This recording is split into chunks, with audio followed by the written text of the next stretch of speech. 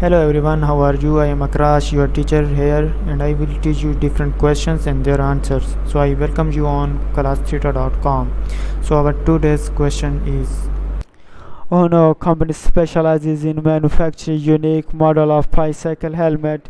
The model is well accepted by consumers and the company has enough order to keep the factory production at 10,000 helmets per month. Ohno's monthly manufacturing costs and other expenses state are as follows: rent on factory equipment 11,400, insurance on factory building 2,390, raw material plastic, polystyrene etc 78,000, utility costs for factory 910, supplies for general office 390, wages for assembly line workers 63,400, depreciation on office equipment 830, miscellaneous materials 1,420, factory manager salary 6,600, property taxes on factory building 470, advertising for helmet 14,400, sales commissions 10,990, depreciation on factory building